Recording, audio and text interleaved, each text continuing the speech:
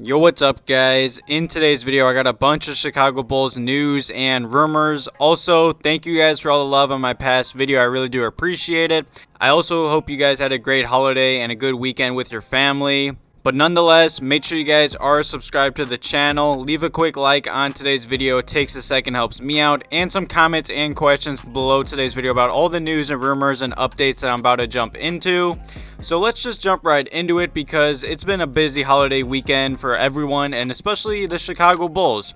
You know, just the other day, the day after Christmas, the Bulls did waive Alize Johnson. And I'm going to be honest, that really surprised me. You know, when I saw that, I couldn't believe it, honestly. I felt like if the Chicago Bulls were going to waive anyone and make a move, it would have been Matt Thomas. I really liked Alize Johnson at times. He was very inconsistent. He wasn't the best on the offensive side of the basketball, but I felt like he was a solid defender, pretty good rebounder in general, offense and defensive. Just very inconsistent, especially with minutes. And I'd say the whole Bulls bench squad's minutes have kind of been up and down this season. But, you know, his contract was not guaranteed. Casey Johnson did put out this tweet explaining the whole situation. You know, the Bulls did cut him before January 7th, so his deal was not guaranteed. Casey Johnson also said the Bulls wanted to give him another opportunity elsewhere, and this does open up a roster spot in case McKinnie sticks around or an uneven trade presents itself. You know, he said this before the Bulls did sign McKinnie for the rest of the year. Casey Johnson also did say Matt Thomas is also on a not guaranteed deal. And then Casey Johnson did tweet out, I'd say just a little bit after that tweet, that the Chicago Bulls did sign McKinnie for the rest of the season. The Bulls are now back at 15 players. Matt Thomas's contract is still non-guaranteed, and he is a candidate to be used to open up a roster spot if needed between now and the February trade deadline for the Chicago Bulls. I feel like there's been so much talk about how the Bulls need to add a power forward still. You know, it's definitely interesting that the Bulls did cut Johnson. Like I said, I'd rather us cut Matt Thomas. I feel like Matt Thomas, even though he has been playing these past few games and he's been playing okay, I'd say, I feel like he's really not an NBA player. He's just a three-point shooter, and I feel like the Bulls need a big man over just three-point shooting at times. But right after the Bulls did sign McKinnie for the rest of the season, you know, he joined all the other Chicago Bulls players in health and safety protocols. Him and Tony Bradley both got COVID, and they did enter the health and safety protocols. So it's looking like McKinnie is fitting right in, you know, but nonetheless, I am happy that the Bulls did sign McKinnie. I mean, he's a Chicago kid. He's been playing very solid. He has some playoff experience. He's a very good defender and three-point shooter. He's very lengthy. I just feel like he'll be a very solid bench player for the Chicago Bulls. Definitely leave some comments and questions below today's video about the Bulls cutting Johnson and then signing McKinnie for the rest of the season. And then later that day, some more terrible Chicago Bulls news did come out. Lonzo Ball did enter the league's health and safety protocols as well, which Woj did have first, Casey Johnson said. And these 3 positive tests did happen when the NBA it was like the first day the NBA started increasing testing for all NBA teams. The Bulls did have 3 more players enter the league's health and safety protocol just the other day. Billy Donovan still has it. I believe Vooch and Patrick Williams are like the only Bulls players that haven't got COVID. I mean, a few on the bench as well. But thankfully, all the Bulls are getting back soon. Hopefully, these guys get back soon. The Bulls are definitely going to miss Lonzo Ball on the defensive end and his three-point shooting. But it's looking like at least the Bulls will be healthy for the rest of the season, hopefully.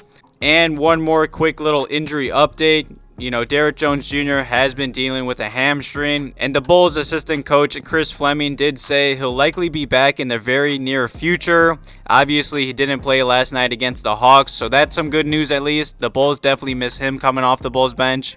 So definitely leave some comments and questions about this first part of today's video. Just the Bulls being very busy over the holiday weekend, cutting, signing players. A bunch of Bulls got COVID again. But now let's jump into the trade rumors that have been going around. You know, like I said earlier in today's video, the Bulls have been connected to, I feel like every player that's been on the trade market, the buyout market, or anything like that. You know, this NBA season has been very difficult and very strange with pretty much every player getting COVID. I'd say a bunch of old veterans that haven't played in the league in years. I saw Greg Monroe just got signed just the other day. The NBA is a crazy place right now, but this article did come out just the other day. And the Chicago Bulls have been linked to Jerami Grant for a while now. I've seen a lot of comments in past videos about how Bulls fans want the Bulls to trade for him. I really like Jerami Grant. I saw him and Zach were really friendly on Team USA. And honestly, I feel like he would be a great addition for the Chicago Bulls roster. So let's just jump right into this article. Definitely leave some comments and let me know below today's video if you guys would want the Chicago Bulls to, I'd say it would probably have to be a blockbuster trade to get Jerami Grant on this roster. And another Bleacher Report article did come out saying how the Chicago Bulls are linked to Jerami Grant and how they should go all in and try and win a championship now. And I'm all for that. I want the Bulls to get that 7th championship. And Bleacher Report did put a potential trade together for this, and the Chicago Bulls would obviously receive Jerami Grant, and then the Pistons would get Coby White, Derrick Jones Jr., Tony Bradley, and our 2020 second first-round lottery-protected draft pick from the Portland Trail Blazers.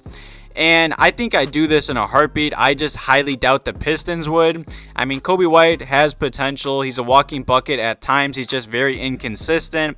You know, Derrick Jones Jr. is on an expiring contract, and he's been pretty solid for the Chicago Bulls. Same with Tony Bradley. He's been solid. His minutes have kind of been up and down, but I definitely trade him in a heartbeat. You know, that first rounder, it could be solid with the Blazers, maybe blowing it up. I mean, they've been really struggling this season.